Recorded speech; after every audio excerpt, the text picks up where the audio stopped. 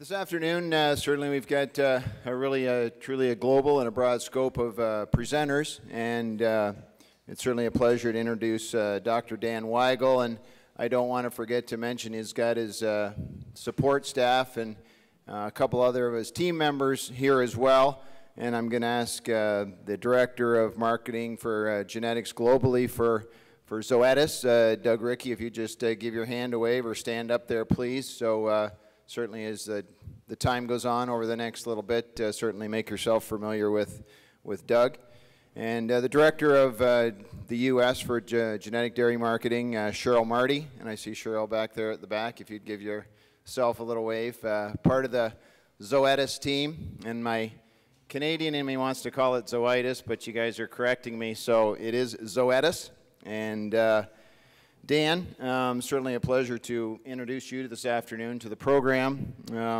Calling Kalamazoo, Michigan home, and Director of Outcomes Research, if you would, for zoetis. And Dan, I think our first meeting and introduction to each other was when I was with Alta Genetics and in Michigan, looking at some bulls and cows, and certainly ran across a few pedigrees and net merit numbers that sparked my interest, and it wasn't long before Dan and I struck up what I call a lasting relationship, and I've had many communications back and forth, and I mean it sincerely, Dan, that you're one of the down-to-earth guys that really have an eye for innovation and certainly research and data and dairy technology, but I think when you and I talked about those forward movements, we were standing in a pen of cows with our coveralls on looking at cows, and I really think that that's one thing that makes Dan really unique, is he can not only see the depth of the data, but he can really put it into a profitable or a commercial use, if you will, within the dairy farm, and I think that truly is very unique in a person. So if you'd please help me and welcome Dr. Dan Weigel. Thank you. Well, Roger, I really I'm absolutely thrilled to be here today. This is a real treat for me. This is about it's been a tough old winter up in Michigan and Iowa where I hang out, and so great. I wish I could have slipped out at lunch and caught a little vitamin D myself. Coming here, I stopped and saw my dad, who's 94, still on his own and doing very well, and he was tickled because he still gets all of the trade publications, Holstein Worlds and whatnot, and he saw the flyer for this, and he says, "Danny, I see you're going to speak at this meeting in Scottsdale." He says, "They said they've got 5 world-famous geneticists on board. I see 4 in you. I mean, who's the 5th one?" And so, I suspect that maybe there's either one of two things happened. Either somebody thought I was really Kent Weigel from the Hordes Dairyman fame in the University of Wisconsin, or this is kind of like our airplane flight where I got upgraded for a day. Maybe we paid a little sponsorship. I don't know what the answer is. But so my job at zoetis, for the last 19 years, is a biometrician. And so not many of you may realize, what a biometrician is. May not have heard that term before, so I thought I would, define that for everybody. It's a, statistician that analyzes biological data. And so, Dr. Van Dormel, I was actually on a postdoc up at Guelph, Ontario, Canada, 20 years ago when he first took leadership of the CDN, a newly formed CDN group. And it's one thing I remember from that winter in Guelph is that, they always give the weather in Celsius. I had to convert it to, because you had to trudge across the tundra to check on your computer programs. And when it got to -40, you didn't have to convert anymore. It was just really cold. And so that's one thing I remember. So, I trained as a geneticist, been doing this, analyzing cats, dogs, horses, pigs, cattle, and chickens for the last 19 and a half years with zoetis. And you may not know what a statistician is, so I just want to set the expectations for the quality of this talk. This is the definition of a statistician, so, all right? So, and they put me in this coveted time slot where we've got all these dairymen that flew from wherever, and they're used to getting up pretty early in the morning, right? So that's where they've got me here today. So why is a biometrician from Zoetis here to talk about this topic? And so when we launched this clarified product, gosh, it's been 5 years ago, right? And we had to bring our folks in and get them trained up. These folks sold biological, vaccines and mastitis tubes, and we had to train them about this new thing of genetics. I said, oh, this is going to be a tough talk, right? So I better put some pictures in here, because that kind of gets people going, is to have a few pictures in your slides. So in Michigan, where I live, I built this little isolation barn for bulls. And so I had these 4 bulls out there. So that morning during chores, before my talk, I snapped a photo of these 4 bulls. And I said, hey, this is what it is, guys. This is what this is all about. This is going to revolutionize the dairy industry. And I had them guess, who's the best bull in this group, because I just got back this these new genomic predictions. And you can see that this guy right here was clearly well above parent average. A Freddie son, obviously. I got an early Freddie semen, flushed this cow, and got these calves. They tested them, and he was way above parent average. Of course, back then there was a lot of secrecy. We didn't know if he was where he ranked exactly. He was a pretty good bull. And I told my wife I was all excited about this, getting these results back. And she goes, no, wait a minute. Before, you had a contract and you flushed cows, they would take all the bulls. Now you're saying we flushed both these cows and they're going to take one? I think this technology sucks. So, what is it about? And today, if you may have not heard of Weigel Holsteins, but today, if you look at the CDCB website, that I hope they don't keep track of how many people are on that site and start charging by the hour, because I'm there a lot. I usually have 2 of my web pages open to that site. And if you look at that list today, evaluation for proven Holstein sires published last December, there you go. Weigel Fred Saugatuck, that little 16-13 bull we saw back in the previous picture. Genomics said 5 years ago he was better than his sire, which was a really top bull, Freddie. And today, that's what 482 daughters are kind of saying. Now, that's the good news. You still say, well, I haven't heard of this Weigel Holsteins. Well, now here's the bad news. So part of the job description of an AI bull actually is that you have to get cows pregnant with your semen. And Saugatuck wasn't so good at that, so he got his head cut off. So the top bull and the bottom bull share in common. They're both dead. This one's been dead for about 4 years. So I'll continue to work at Zoetis, I'm guessing, for quite a while. All right, so as a way to keep all of you folks awake today, we've handed out these little dongles that have numbers at the top, okay? So we're going to do, this is an interactive audience participation, okay? So you'll see here I've got question at the top, best fits your primary relation to the dairy industry, and you see I've got answers 1, 2, 3, and you see the top row of that little device we've given you says 1, 2, 3. All right, so I am going to, this gives you 30 seconds to do this. So I'm going to escape this. I'm going to go back up. All right, everybody ready to answer your question? Okay, click on the number that best fits who you are.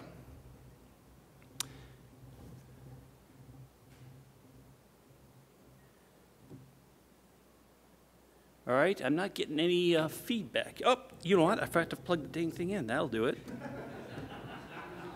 All right, let's try that again. Flashing lights indicates we should go. Just 1 second. Let me get the page up. All right. Okay, go for it. Now we're getting some numbers. We're cooking with fire, as my mom used to say. Yeah, and you can click as many times as you want. It'll only record the one.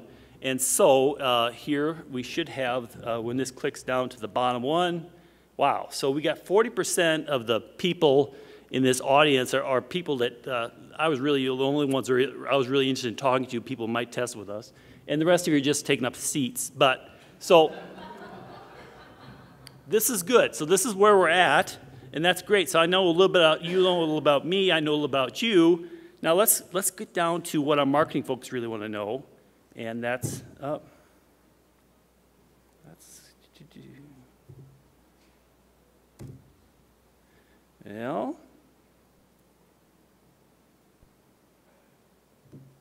there you go.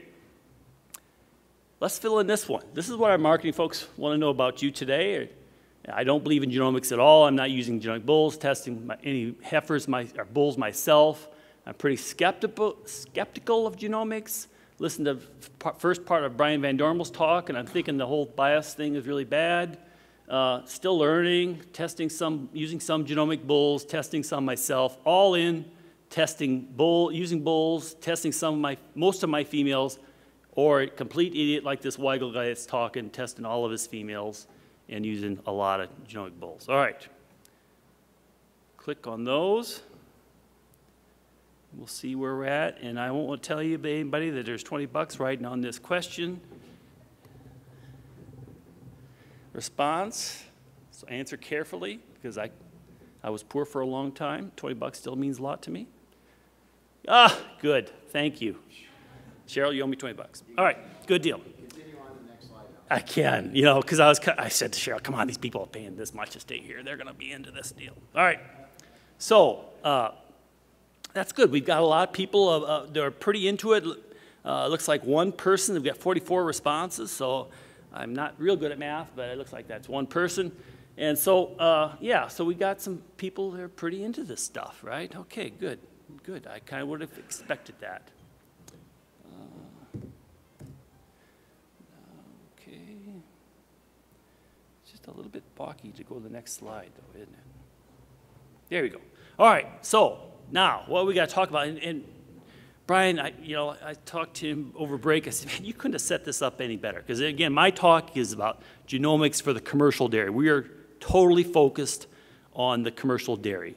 And so we got to go, well, what this talk won't be. This isn't about the sale we're going to have here today. The folks we work with, for the most part, are not going to have an animal that's going to sell in that type of sale. They don't have the depth of pedigree. They have grade cows. A lot of them are on test, right? So we're really focused on that. We're not about doing testing for the high-end registered cow. We're not talking about discovering or having a real name cow that we're going to promote. And we're not, very few of our customers, we got to give them realistic guidance.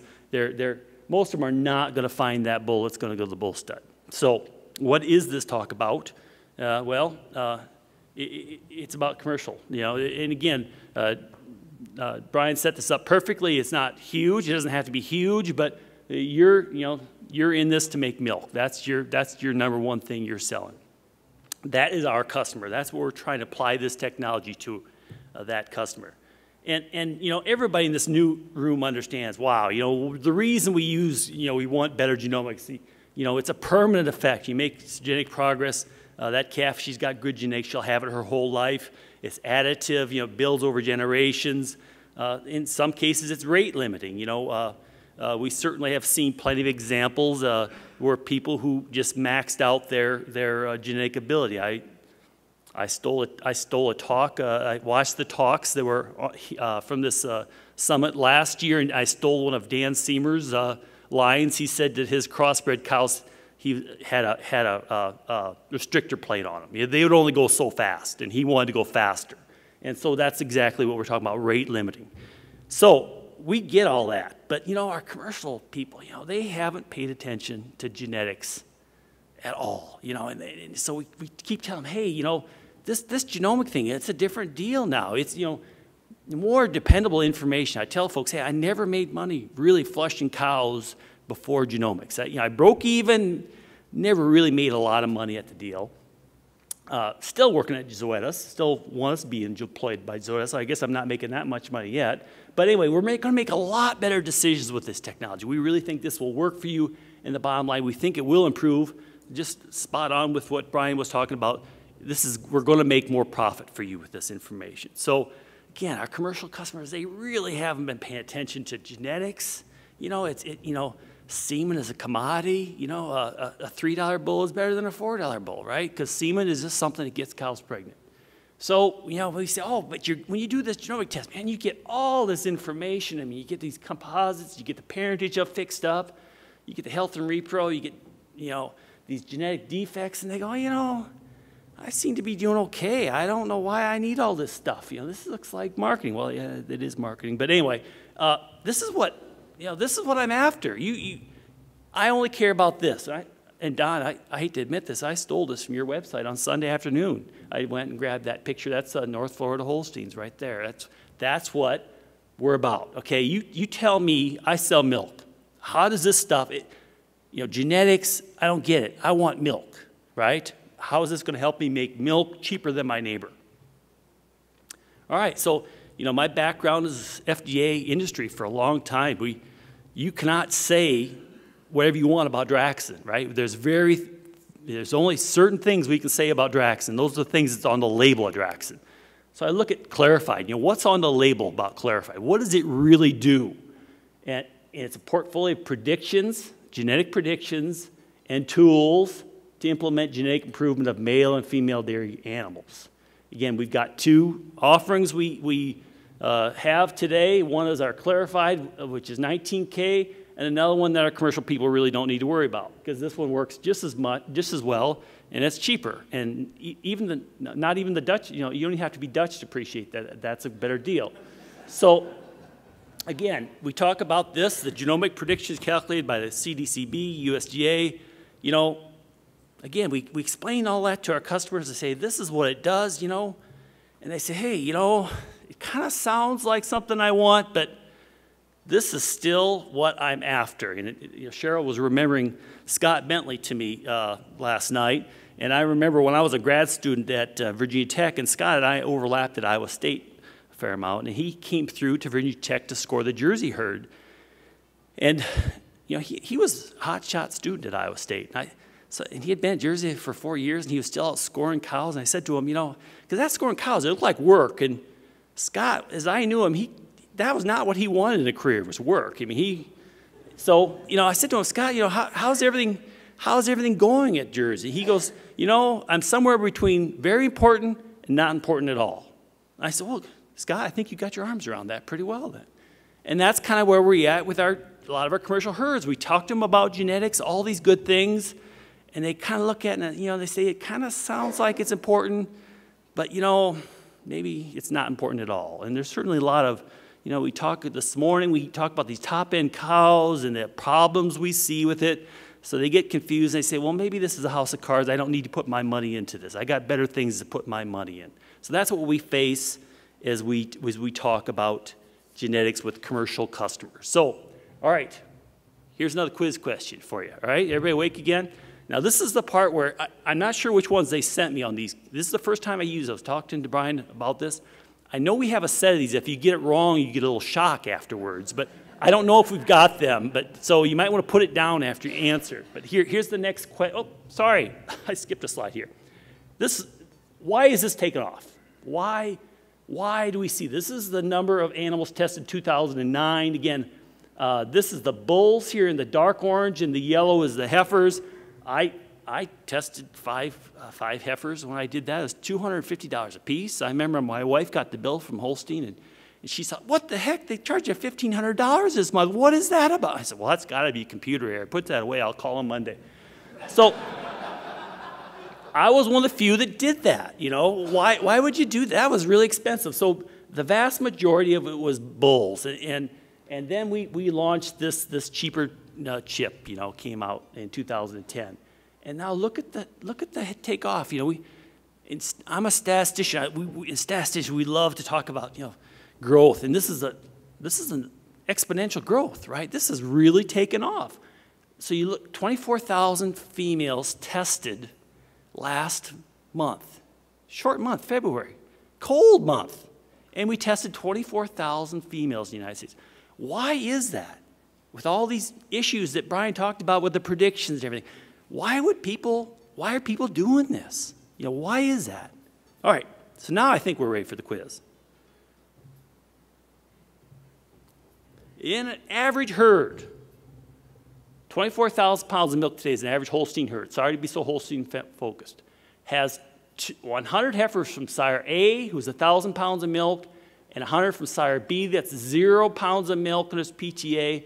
What will be the difference in mature equivalent between the two daughter groups? Both sires are 99% reliability. All right? What's the answer? This is the basics. This is the part. This is the stuff I'm good at. The real simple. I'm good at simple. So this is our basic question. What's going to be the difference between those two groups of heifers? All right.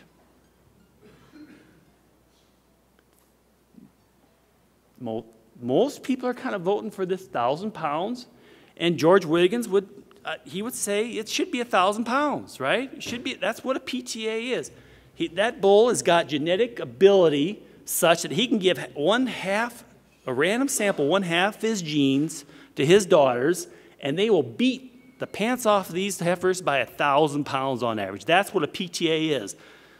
Unfortunately, the answer is it's 3. It depends. Because sometimes when we go into these commercial herds, again, we kind of know that we have problems with sire ID in the United States. In Canada, they have it all figured out. But in the United States, it seems like we have problems. We go into a herd, and we got this bull that's 1,000 pounds of milk, and a lot of times his daughters don't milk any better than the 0. I mean, we go to these herds, and you can name the bull stud, large commercial herds. They say, you know, I use Plant, I use Old Man. I can't tell the difference. I use Diehard, I use Bolton. I can't tell the difference. You know, well, you know, when we go in, what could cause that? What could possibly cause extreme production, you know, bulls like that, Satire and Lynch? Why can't you tell the daughters between, I mean, they're drastically different. Why can't you do that? What's the average sire error rate in our herds today?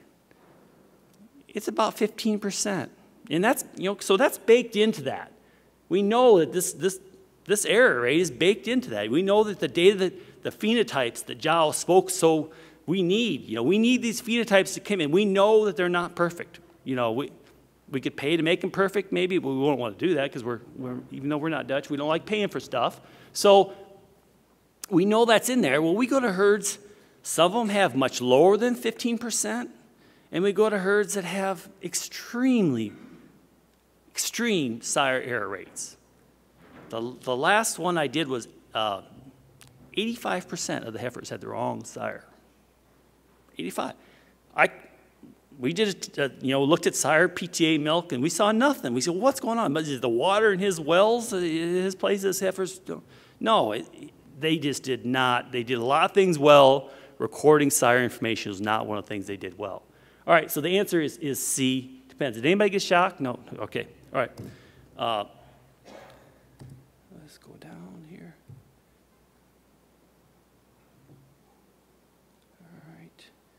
All right. Now, another question.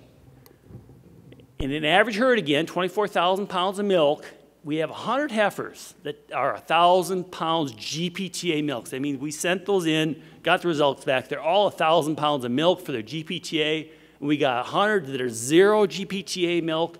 What will be the difference in the ME milk between the two groups of heifers? Okay? Again, it's an average herd. We got everything fixed. We got the GPTA on the heifer herself. How will those two groups of heifers perform differently? All right, we're getting responses in. All right.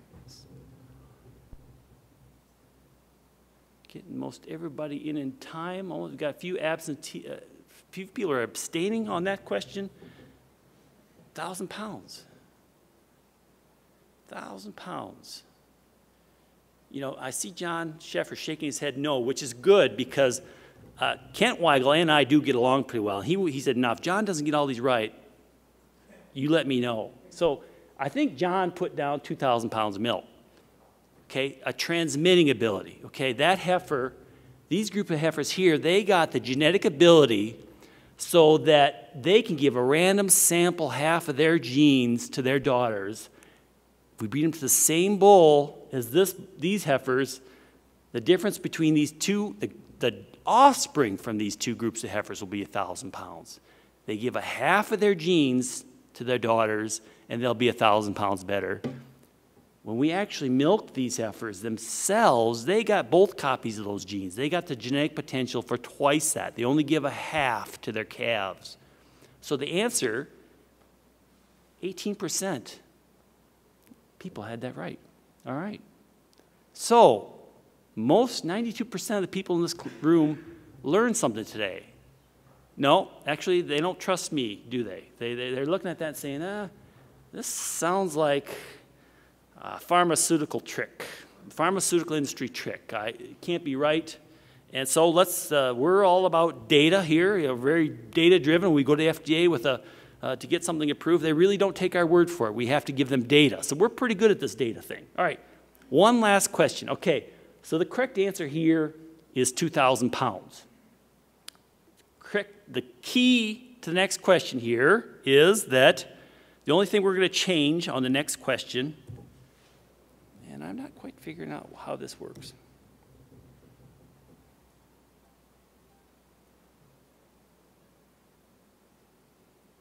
All right, the only thing we've changed on this question is now I'm going to a really good herd, one of our top herds. And this herd is averaging 30,000 pounds of milk per cow per year. So now, what is the difference now? So will that response be 2,000, much less than 2,000 pounds? Because these guys are such great managers, these people in this dairy are such great managers. Will the difference go down to less than 2,000? Will it stay at 2,000 pounds of difference? Or may they get more milk than the 2,000 pounds that the PTAs promised them? All right?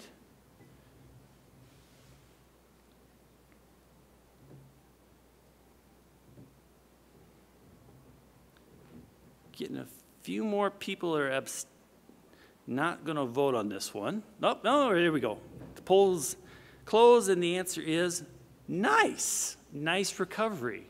Yeah, so, when I was, I'm the youngest of 8 kids, and I don't know why we didn't kill Dad off with all of our shenanigans, but so when I left, it was completely coincidence, but the cows left the farm too. And so I had to go out to California to work. And the folks out there in California, they had it so much nicer than we had in the Midwest. I mean, we had poorly ventilated barns in the Midwest where our hay always got rained on.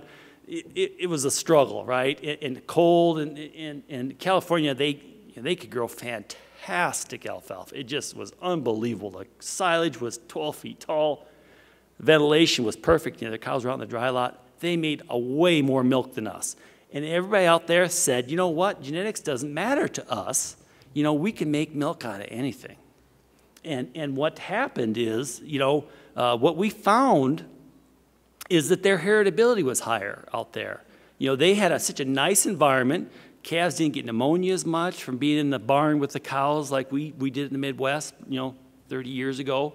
And so these calves, they lived up to they had less environmental insults and they performed better. So George and the group at AIPL saw this and they call it heterogeneous variance. And they say, hey, we got to correct for this, because what happened is when we proved out bulls in California and we came back and used those same bulls in the Midwest, they all went down because we in the Midwest had a lower heritability. Now, don't get me wrong, some of those guys in California cheated like hell. But for the most part, it was this heterogeneous variance thing. These folks in California had a higher heritability, and so they had it completely backwards. They get much more than 2,000 pounds of milk when they use better genetics. They had it completely backwards, and this is well known across all of our species. The better the environment you provide your animals, the better yield you get. Same with plants. In Iowa, where I grew up, 200 bushel an acre corn, pretty easy. So you could really see yield variety differences in Iowa. Where I live now in Michigan, soil's pretty light. It doesn't matter so much what you're going to plant. You're going to be stuck, 150, 160 bushels. It's very, much, much tighter. All right. Okay, so here's the data part. So we can talk about this all day, but our customers demand to know what we can show. Let's see it. You told me I'm going to get more than 2,000 pounds of milk. How does that really work? And so right down here, we've got the original genomic prediction transmitting ability. We try our best to use the first one. Again, this is the one that came back when these heifers were pre-breeding. I don't know if they were babies or not. We do this a lot, so we try and get the first one we can to make it fair, because that's the one you're going to cull on. And so down here, we got the original GPTA milk. You can see you got heifers that are 0.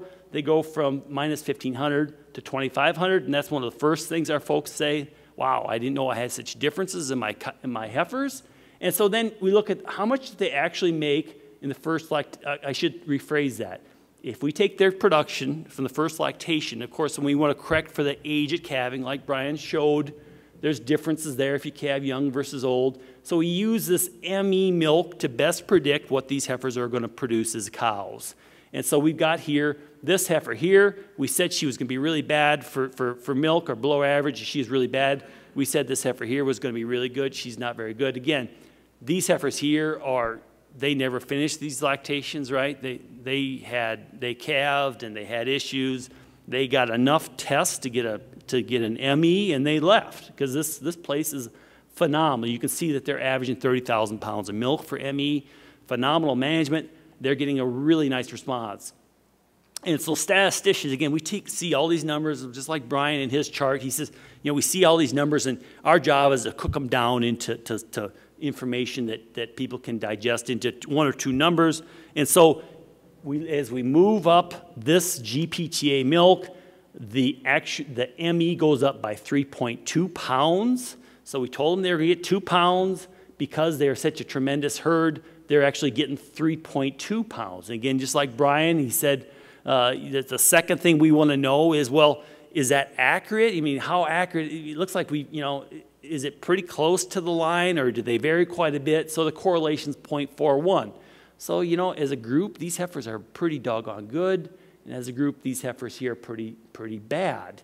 And just like Dan Seymour said, these heifers have got the restrictor plate on them. There's only so much we can get out of them.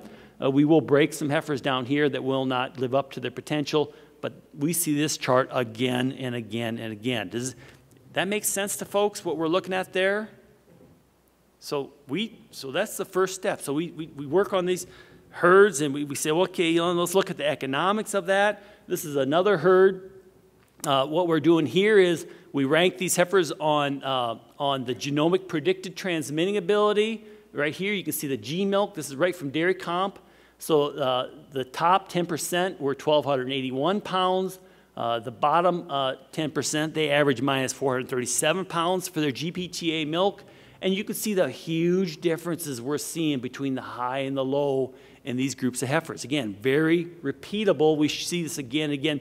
This herd, if you're really good with math, you could see they're getting close to 4 pounds. As we increase genomic predicted transmitting ability, ME milk goes up by about 4 pounds. Tremendous. You can see they're getting a lot of milk out of these heifers.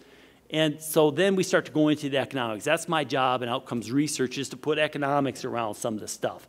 So here you can see that just like Brian had in his lifetime profitability example, we're looking at the marginal cost of each pound of milk, and we're correcting for that.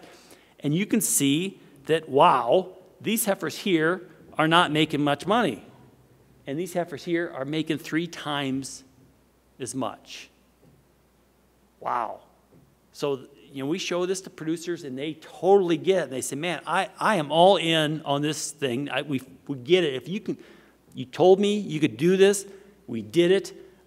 That's it. Milk is my index. I can make that much difference in milk. This is better than BST. I give the shots, and I don't have to give my money to the drug company. This is really good stuff. What about this parent average thing? I don't fight this too much in the field, but some people ask, well, couldn't I get a parent average on these calves and for milk? And couldn't I do the same thing with parent average? And well, the answer is no. If people forget, if they're not on tests, like Josh says, you're not contributing to the system, well, then you don't get predictions back on your cows, do you? So you can't get a parent average. You can do a sire predicted pedigree index if you want. Again, how accurate is your sire information? In this herd, we fixed the sires. So we fixed all the sires first, and we fixed the dams, and then we calculated parent average. And you can see the response we get when we rank these heifers. And again, we said these were going to be pretty good heifers, and these are way better, this group of 10 heifers, and so on. This is the best group of heifers down here at the 70th percentile. So it's not that accurate. Again, genomics works a lot better. Again, we typically see these tails. Again, the biggest difference between the high-end registered breeder and our commercial breeder is the commercial breeder looks at the low tail as much as the high tail. They're looking at these heifers and they're saying, man, if I could have got rid of those and not had the headache of raising that many more heifers, that would be cool. I'm all in on this milk thing. Milk is my index, right? That's the only one thing I'm interested in. That's the only thing I'm going to select for. So, and Brian's talking exactly right. So now we got to, and Zhao as well, we got to talk about breeding goals a little bit, because we like to get cows pregnant as well. We find exceptional cows that will milk for a long time. A lot of our customers have had to give up BST. So that getting pregnant is kind of a big deal. And this is the genetic trend for DPR. Again, we told ourselves for years, we ignored this trait. We didn't put it in our index. We said, okay, there might be predictions for reproductive performance. I'm just going to ignore this and hope it goes away. I had an older brother who got married and tried to ignore that and kept dating. It didn't work out very well. And so this is kind of the same deal. They're ignoring this DPR trait, and it's that DPR for cows goes down and down and down, and we can see that they do not get pregnant. We get a bad reputation for cows not getting pregnant today. And we introduced other traits that now we're starting to turn this around a little bit. And just to remind everybody, back in 1957, this is the World Dairy Champion at the Cattle Congress in Waterloo, Iowa, where I grew up. And can you imagine? My dad switched registered Holsteins about this time because he wanted his cows to be better. Can you imagine what he was milking? If this was the best registered Holstein in the country at the time? Wow, that's pretty... I think we've made some progress in this genetic thing, but I'm not sure. So, all right, DPR, daughter pregnancy rate. The relationship between DPR and reproductive outcomes are pretty much unrelated. Heritability is just low, forget about it. It may be somewhat related, jury's still out, very much related. Easy to show on a commercial dairy. Who knows, George is still cooking the books. What do people think about this DPR trait?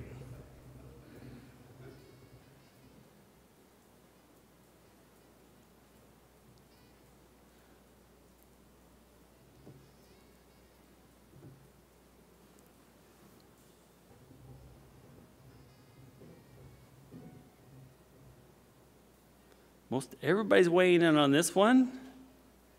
Nice. Wow. That is somewhat amazing. Yeah, absolutely. This trait is very important. And we go, it's, you might not know this, but we have, as a company, we sell this product called Ludelace, and we sell this product called Factrel and Cedars. We got a lot of folks that are really into repro. And so this trait, as much as any, really got our folks fired up about genetics, because Flavio Silvestre is one of our folks from, originally from Brazil, and he said, I spent my whole life researching, or my whole professional life researching repro.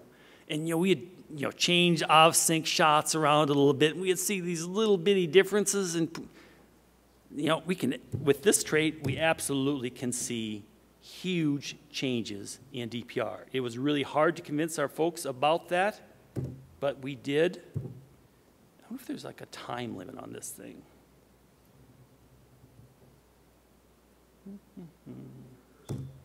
What's that? That's it. All right, so again, we have a lot of folks who spend a lot of time on repro, and they're really into these repro statistics, and I had the hardest time convincing our folks of this, our internal folks, that this repro trait was something. We launched it. They said, you know what? My preg rate is 20. My pregnancy risk is 36%. That's set. When a person goes out to breed a cow, that chance is the same no matter what. And even when I told them, hey, are Jerseys more fertile than Holsteins? And they say, well, absolutely, everybody knows that. Well, do you think maybe we have differences within the breeds then too? If there's differences between breeds, does that make you think maybe there's differences within the breeds? And they just saw this herd and they said, you know what? These guys are, the folks that manage this herd, you know, they're not too bad. Their preg rate is 22%. That's not bad. They're not bad managers. They're doing a pretty good job. We've been working with them, trying to get that better, but they're not doing too bad. Well, then we go in and test them, and lo and behold, the reason they're not doing better is they got a whole bunch of heifers that are not very good at this thing, and they struggle to get them pregnant. And you look at the heifers that are above average. Wow, you can get them pregnant. Huge difference. Again, we estimate the heritability of this trait to be very low, 0.04, and yet we absolutely blow the genetic predictions away when we look at the phenotypic response. Again, this is the pre-2000 December changes. We can look at another herd and same kind of response. These heifers that are low, we really struggle with. The heifers that are really high are really exceptional. You can, take some data, some economics. Again, this is my deal. Cheryl did it because she does most of the work around zoetis. But you can start to put some economics around that. Hey, maybe you should pay attention to this DPR thing. And most of our producers, when they start looking at this, they say, yeah, this is a big deal. This is absolutely a big deal. I have no idea we could see that kind of response. So maybe we should have DPR and milk. That makes a nice index, 2 traits we can work on. They're negatively correlated, but hey, those are the 2 we will focus on going forward. All right, ready for another question? Which is the most fertile, highest expected conception rate heifer? All right.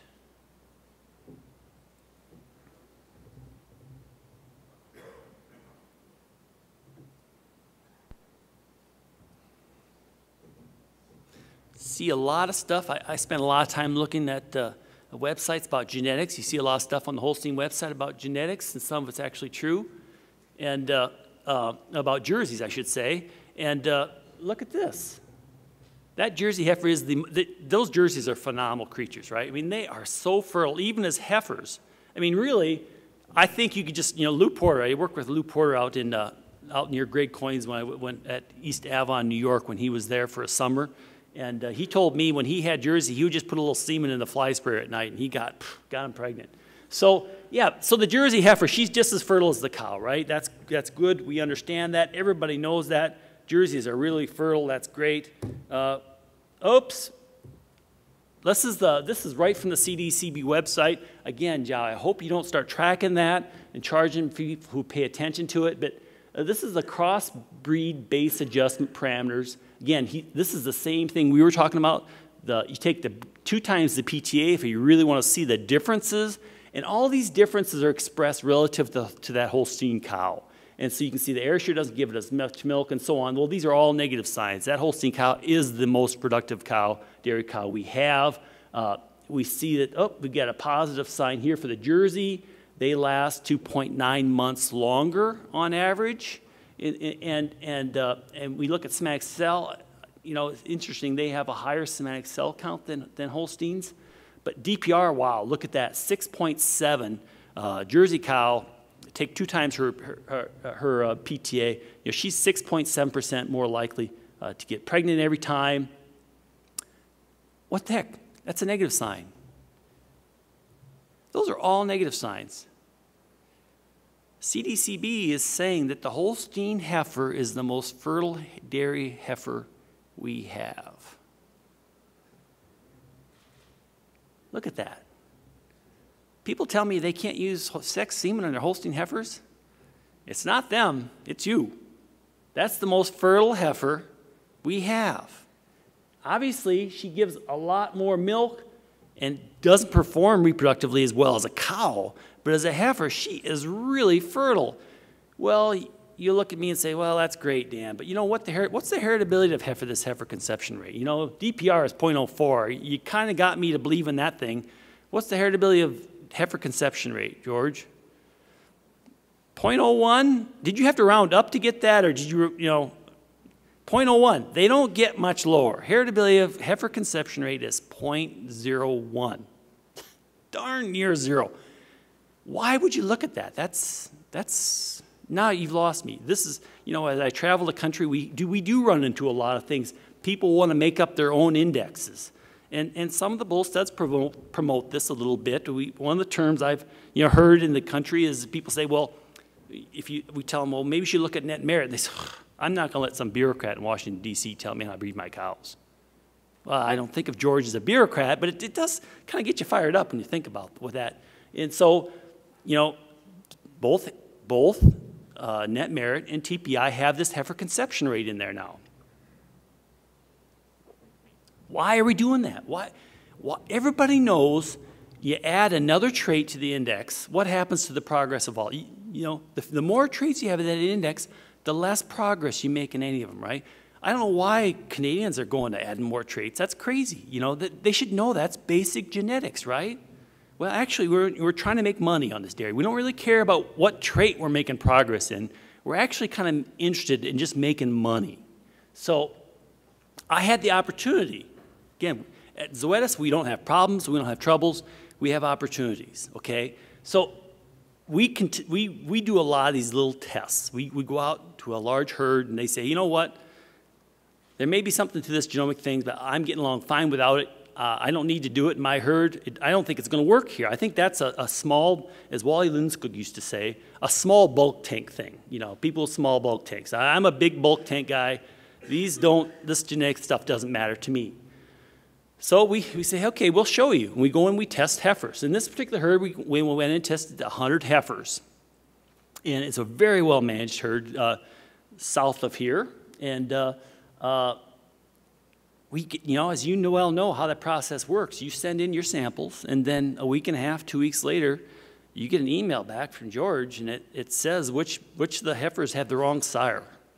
And again, this guy was a pretty good manager. He thought a lot of himself. He gets the email back. We sent in 100 heifers. Well, 2 of the samples failed, so we only get 98. How many heifers came back in his email? 45. He was not happy. He calls up the Zoetis rep and says, hey, you suck. You took these samples. You took these samples in my Springer pen, right? You went out I saw you do it. You were taking those samples in the Springer pen, and you screwed it up. Either you screwed it up or your lab screwed it up, because there's no way I've got 45 out of 98 heifers wrong.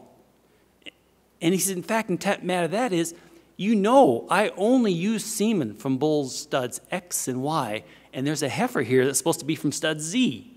And that kind of did get our guy a little bit shaken, like, oh, geez, I thought I did a good job on this, but these tissue collector things, maybe he calls me up, and he says, man, this guy's really hot. He's not going to let me come back. He's saying, you suck, Is there anything you can do to look at this to kind of make us feel like we got this right?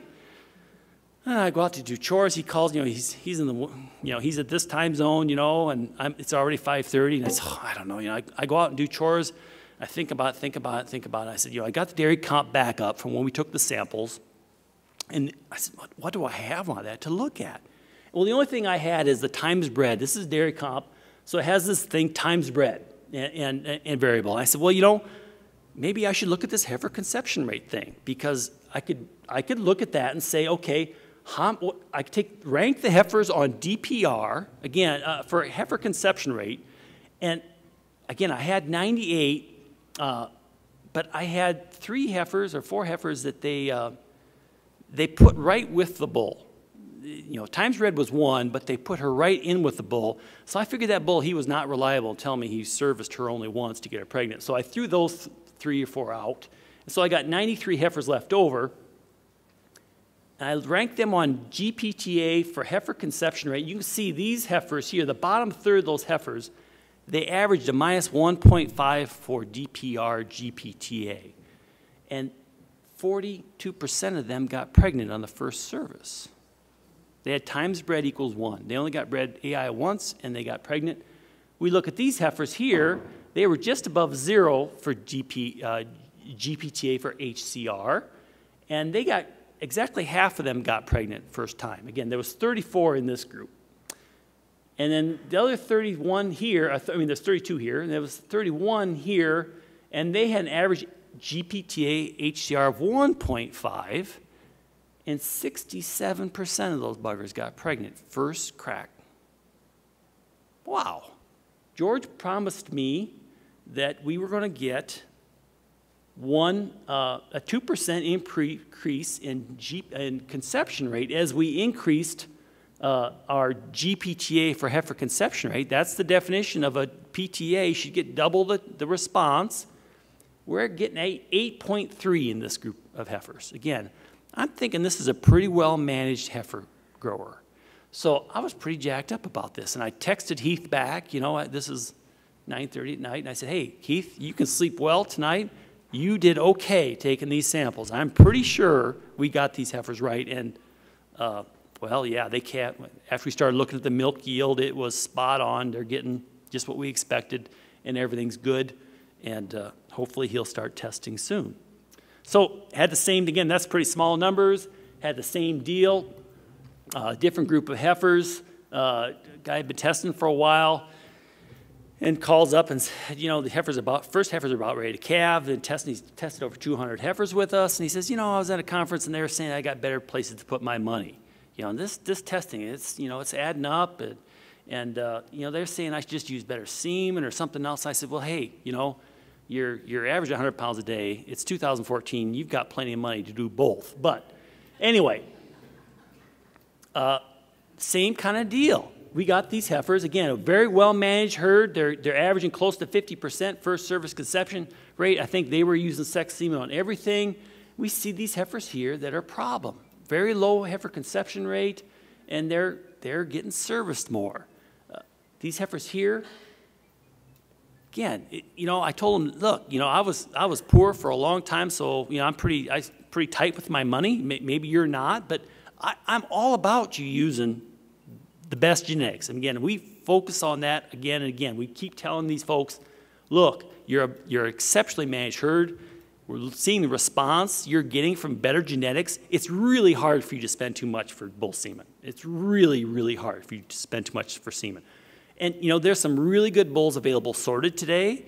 And because we live in America and we're capitalists, you know, the bull studs charge more for that semen. So you tell me, you know, it's your money. Do you want those, your herdsmen trotting out to breed these heifers with that semen or these heifers? It doesn't matter to me. You tell me.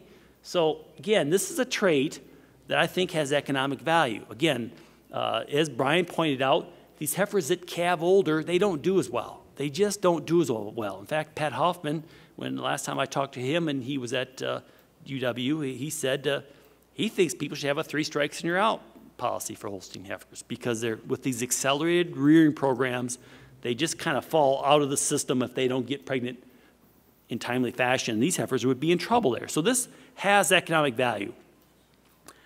Now, in the interest of full disclosure and to show you, so I had a talk in Cooperstown this fall, and I said to myself, you know, these veterinarians, I'm going to blow these guys away, right? You know, because I'm going to throw some huge numbers. We got this one dairy, it's got big numbers. I'm just going to crush this thing, you know?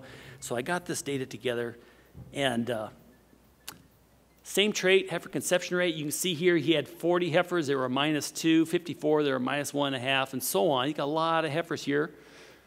And his average conception rate is around 42%. It's not very good, is it? Again, that Holstein heifer is the most fertile heifer in the country, and he's averaging 42%. And he's not showing a very, you can see this is a pretty high number here. This bounces around.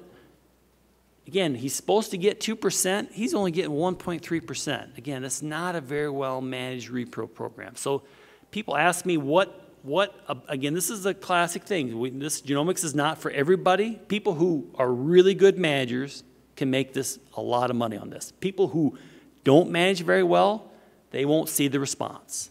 That's a pretty hard fact, but that's life. And that's what we saw in this herd. They're not getting what we promised them. George promised them 2%. They're getting 1.3. All right.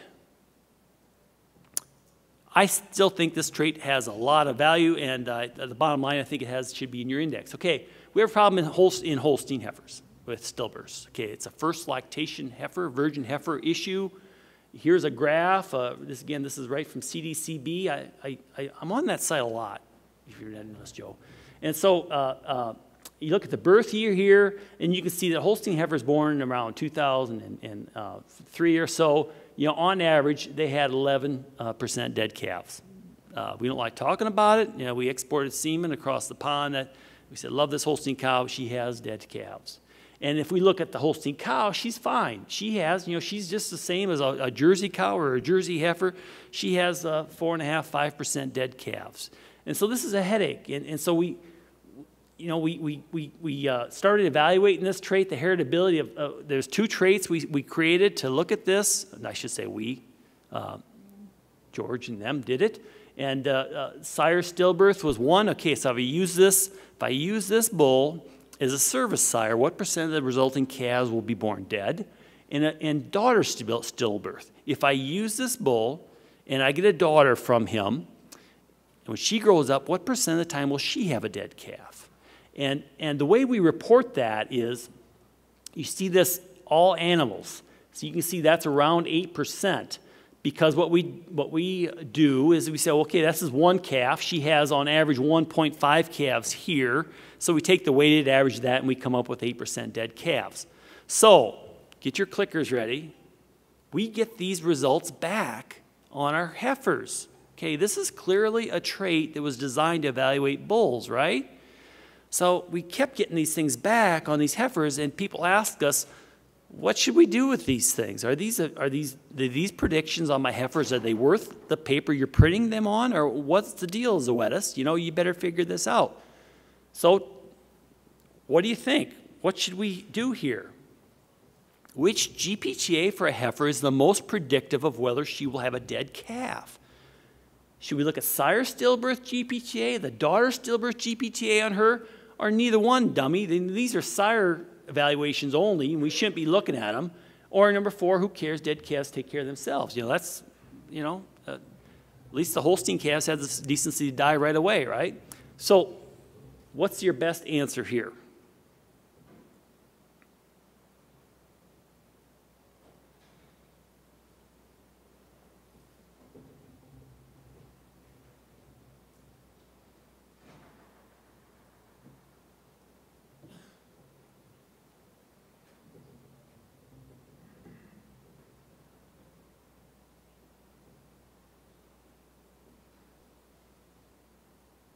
Nice. All right. Most people are voting for number 2. And we honestly weren't sure. We thought it might be the case. So we went out and got some data. So this is a herd. Again, this is the same herd that had the very large numbers for heifer conception rate.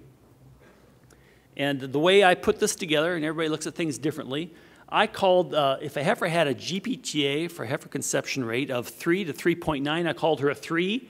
They had 4 of those heifers, and 0 of them had a dead calf. Again, this is the best. That's the best GPTA. They had 69 heifers that were between 4 and 4.9, and only 2 of them had a dead calf. And we go on through, and we get over here to 8, and they had 769 of these heifers, and 85 of them had a dead calf. That 11%, again, that's pretty much what we expected, right? When we looked at that previous graph, we saw that the average Holstein heifer had 11% dead calves. We know that CDCB reports it back as a weighted average between the heifer and the cow, so we kind of suspected an 8 should be 11. Hey, we got this thing figured out, right? We can look at daughter stillbirth rating, and it's right, and it seems to, again, here's a statistician in me coming through again. I want to put a slope to this and say, it looks like it's a little bit off scale again, but as I increase my GPTA by 1%, the percent of dead calves goes up by 2. That's pretty much what we expected, right? That's what this works perfectly. We can absolutely use this for heifers. It works just like we expected. Though, it does kind of bounce around that a little bit, that graph. It doesn't fit it. Maybe that fits it better. I don't know. What do you think? That one, that line, or that? Which one fits that graph better, you suppose? we can see that actually they got quite a few heifers that were 9, don't you? You know, as a statistician, as an amateur statistician, you might guess they had heifers that were higher than 9. Just, you know, kind of makes sense. Well, they did. All right, so everybody keep your eye on this 9 group. We all agree they suck. I mean, that just sucks. 12% dead calves, that really sucks. Oh, look at that. Actually, you know, I didn't say oh my when I saw it the first time. I said something else, but Doug has taught me not to say that in these kind of meetings anymore. They had 70 heifers that had a 10, and 16 of them had a dead calf. They had 14 heifers that had a 11, and they had 1 heifer that was a 12, and she had a live calf. Well, that's awesome.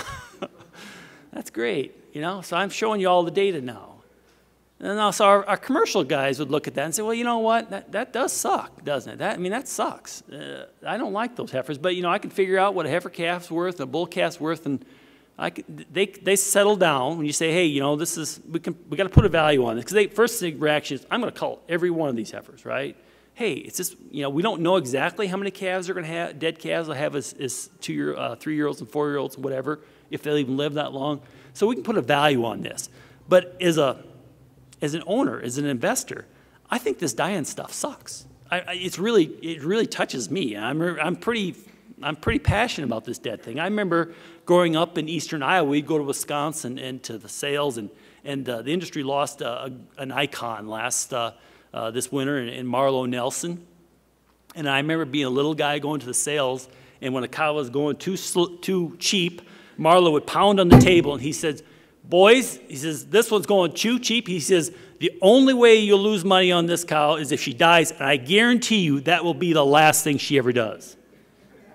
You might want to pick that one up, Roger. So just think about that one. You guys got that faster. I gave that talk in Wisconsin that same thing in Wisconsin last week. Everybody had a huge dinner. They took a while for that one to come through. So yeah, you know, dying is a bad deal. And so we went out and looked at this again. These heifers are harder to find, these extreme heifers. We don't have big numbers on it. You know, you just don't find these heifers. They're pretty out there. But again, a second herd, and we're seeing extreme amounts of dead calves there. Again, you guys do I'm looking around the room. I see a few folks that do ET. Do you want to put your embryo in that heifer? The next breed grade, you know? They tell me you can test embryos pretty well now. I mean, who wants to set themselves up for that kind of, 50% of them won't be a calf, and to find out, you know, it's bad enough, you know, we put these embryos in these cows and they have dead calves born, you know. I do not want to put my embryo in these heifers. That trait has a lot of economic value to me. Again, the heifer conception rate. Do I want to put my embryos in those heifers with low heifer conception rate? So this audience might look at those 2 traits. I didn't choose them by random for this talk. I think the folks in this audience kind of have more economic value wrapped around those 2 traits. If they're doing a lot of ET work, you want to get pregnant heifers, you want to have pregnant heifers that have live calves. So that pretty interesting result for us, and I've enjoyed looking at that. All right. Whew. Seems like I've been talking forever. Have I really? Getting close. All right. So I got to flip through pretty fast. You were good on your time. You didn't get the 10-minute reminder that I had to give Brian, so it laid vacant, so that was good. I think, Dan, certainly that's, you know, as I had indicated, certainly a wealth of data that you provide, and certainly bring so much real-life examples, as you mentioned your calves in your own farm, and Can that's just go through certainly a couple more, one more slide. Oh, wasn't really go ahead. Sorry, continue then. All right, I'll flip through these pretty fast. The main thing we do, the other thing we offer, is that you know, we do a lot of modeling, and because this is a big financial decision, right? And so this is a graph from one of our herds. This is showing you know, this bell-shaped curve that Brian talked about. And you can see this herd is has tested a lot of heifers with us, and they've done, and again, this is on the old base, right? This is pre-2000 December, so the 2012, 2013 calves, you can see that they're doing a tremendous amount of ET, using tremendous bulls. They've really moved this needle a lot, $89 per calf born. And again, if we call out that bottom 15%, because that repeatability, that bell-shaped curve, we know we're going to move that needle about another $40. So again, about half the response just from culling the bottom 15%. So we do a lot of these models to look at how producers can use this information, because that's the bottom line. I mean, that's the thing that I run into producers the most. They say, okay, I get it, Dan. You showed me this stuff works. How do I use it? How do I use it? How does that look for me? This is a big one, getting rid of those little heifers. Again, our best managers make a lot of heifers. And the other thing that this is a tool that's, I don't know if you've seen maybe the Ferguson and Galligan, they have these accelerator needles. They're pretty cool. You can adjust all these things, slide. You can move the interest rate you want. You can move the reliability, the parent average. You can move all these things, and you can project what your returns on your investment is. The neat thing about our industry, more than any other, is our producing units reproduce themselves, right? My buddy who farms in Iowa, you know, he buys a new tractor, and you know, he doesn't put that tractor in the shed and then come out 2 springs later and open up the doors. Holy cats, it had a little baby. You know, it just doesn't happen that way. With most of our assets we work with, they don't reproduce. These cows, they reproduce.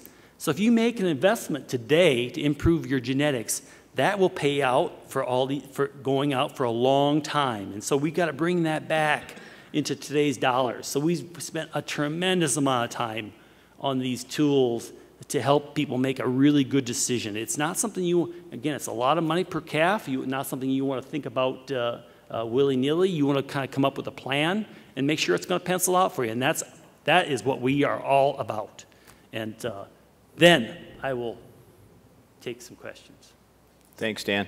I think it certainly, you know, as you bring the economic benefits into the whole equation, it is certainly so important. You know, as you talk about predictions and these tools that they weren't available prior to this era, and now that they are certainly a strong player that certainly brings that profitability that you indicated early on. So you talk real life examples, I think, is so important with certainly with milk and DPR and how that relates directly to the farm and to the profitability. So. As Dan indicated, we would like to open up the floor for a few questions for Dan, if we do have a few more moments here before we need to move on. So George is going to make his way to the mic, and it could be payback. Dan, I'm just going to give you a little warning here, okay? I think you make a really strong case for the fact that our numbers are reasonable and predict the future. It seems to tell the farmer that he needs to test all of his animals. He has to have enough,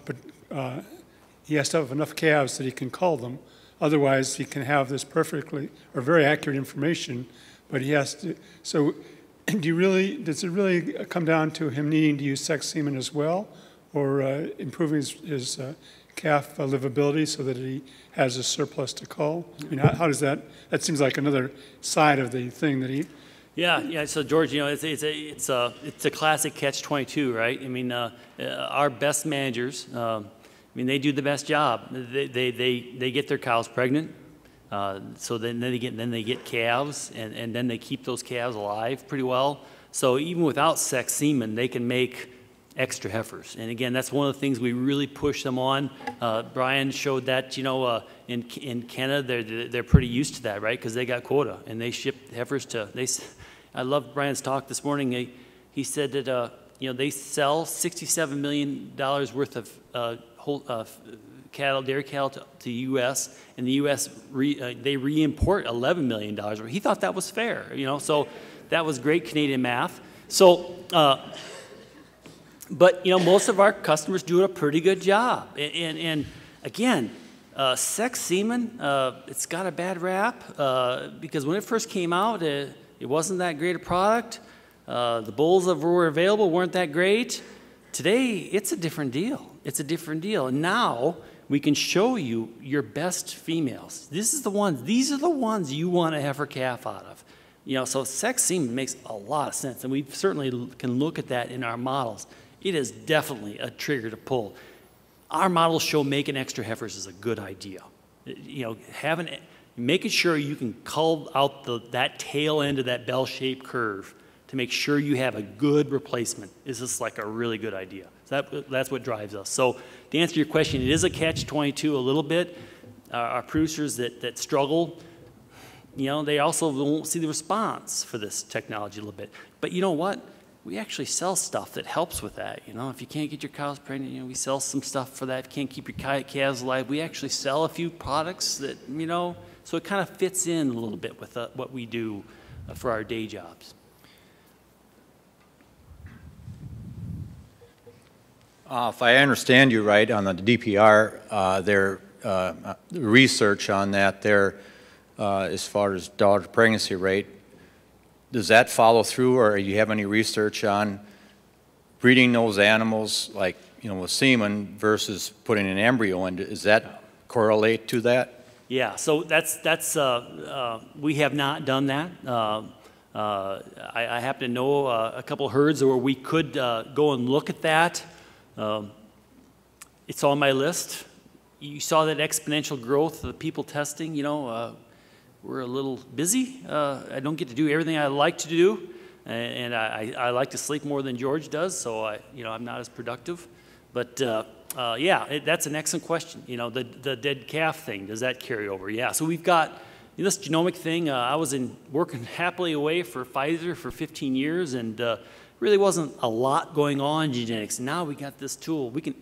There's a lot of questions we have, and you know, we're pretty humble at zoetis. We're learning. We're very data driven, and so these are things we're going to keep looking at and trying to get some answers for you. Yeah, thanks, Dan. And I think, you know, it's all about return on investment. Obviously, these guys are putting in some large investments, and you're putting some dollar values to it. It's certainly every, you know, trade, if you will, has a little bit different return depending on how quickly they approach that data and information they get back. So we'll certainly be interested to see you know, in a presentation from you in a few years about the feed efficiency index and the fertility index and their impact as well. So I think there's a lot to look forward to, certainly with the information that you have got. I think with the essence of time, we've had a good session, Dan, and certainly a lot of questions, and certainly your little clickers made it very interactive, and I guess with the instructions to that, just leave them on the table. Then yes, if you could, please. His assistants, Doug and Cheryl, will probably be summoned to collect them. So they are here again as well. So make sure you make some communication with Doug and Cheryl and Dan. And as we move into a short break, I would ask you to try and move back in here.